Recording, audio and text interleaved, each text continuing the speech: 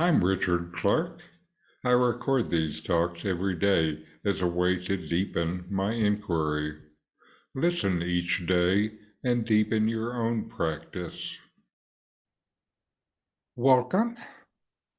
I'm reviewing and commenting on the book Talks with Sri Ramana Maharshi.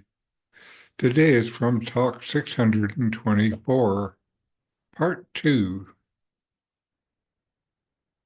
After describing the self as Shrota, hearer, Mata, thinker, Vinyata, knower, etc., it is again described as Ashrota, Amata, Avinyata, non-hearer, non-thinker, non-knower.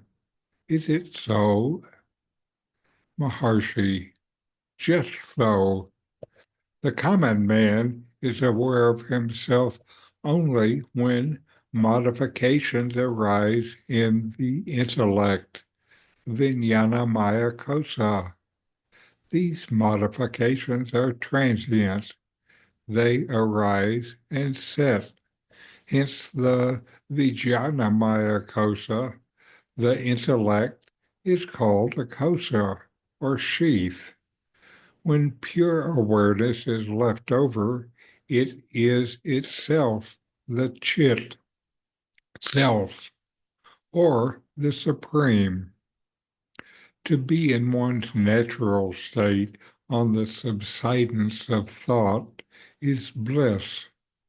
If that bliss be transient, arising and setting, then it is only the sheath of bliss, Anandamaya Kosha, not the pure self. What is needed is to fix the attention on the pure I after the subsidence of all thoughts and not to lose hold of it. This has to be described as an extremely subtle thought, else it cannot be spoken of at all, since it is no other than the real self. Who is to speak of it, and to whom, and how? In this dialogue, the questioner asks Sri Ramana Maharshi about a seeming contradiction. First, the self is described as the hearer, thinker, and knower, active roles tied to perception and understanding. Then the self is described as not being those things. The questioner wants to understand how both can be true. Ramana explains that for most people, awareness of themselves comes only when the mind is active, when thoughts, perceptions, or mental processes arise. They create a sense of I am this, identifying with the body, emotions, or intellect. These mental activities are part of what Ramana calls the Vijnana Maya Kosha, the sheath of intellect. Since these mental movements are constantly changing, they cannot be the true self, which is unchanging. The intellect is just a temporary layer, a passing wave that reveals awareness only during its movement. When mental activity subsides, when thoughts quiet down, what remains is pure awareness itself. This is the self. Ramana refers to this pure awareness as Chit, the supreme consciousness. It is not dependent on mental processes. Instead, it is the unshakable background that exists before, during, and after any thought arises. He also addresses the nature of bliss. When mental noise fades, there can be a profound sense of peace or happiness.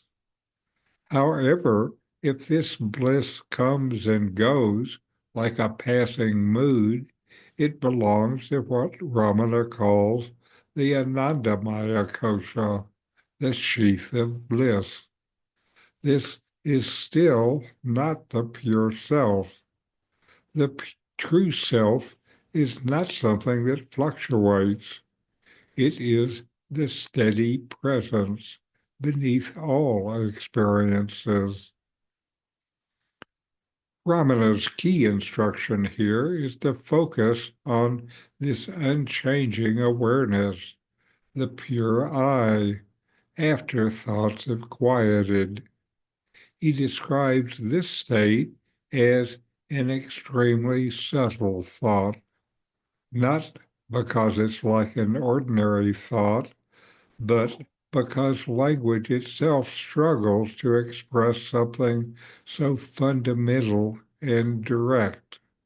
Words can only point toward it. Finally, Ramana Maharshi emphasizes the paradox of trying to describe the self. Since the self is not separate from you, there is no one outside of it to explain it. The moment you try to describe it as something apart from yourself, you've missed the point. The only way to know the self is to be it, resting in that quiet, steady presence beyond thought. So know yourself and be always free and at peace. In 40 Verses on Reality, Ramana Maharshi explains the nature of the self, the ultimate reality, and self-inquiry. My new book, with my comments and inquiry questions, opens these teachings up and brings them into your practice and experience. Available now from Amazon. Link in the video description. These videos bring Ramana's teachings into your direct experience. Click subscribe to see more.